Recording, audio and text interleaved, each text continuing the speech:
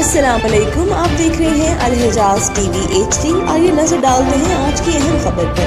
मज़ीद खबरों के लिए विजिट करें हमारी वेबसाइट www.alhijaznewshd.tv और www.alhijaznewshd.fr। शोहदा हमारे माथे का झूमर हैं। City police officer Sahibzada Bilal Umar की हिदायत पर बरोज इतवार चर्चेस की सिक्योरिटी ड्यूटी का प्लान जारी किया गया।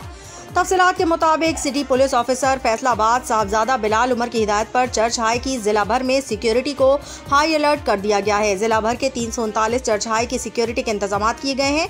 जिला भर में पुलिस के 1092 अफसरान और जवानान अपनी ड्यूटी सर अंजाम देंगे, जबकि एलीट फोर्स SHO शहर की दाखिली खारजी रास्तों पर इजाफी पेट्रोलिंग की जिम्मेदारियां सर अंजाम देंगे। साहबजादा बिलाल उमर की हिदायत पर चर्च हाई के हिफाजती इंतजाम को महफूज बनाने के लिए जिला फैसलाबाद में सिक्योरिटी प्लान के मुताबिक 109 अप्रासडेंट और 983 कांस्टेबलान ड्यूटी के फराइज सर अंजाम देंगे। इलावाजी एलीट फोर्स की 8 कम्बैट टीमें भी शहर के गिरदोनवा के अहम हसास मकामात पर गश्त करती रहेंगी।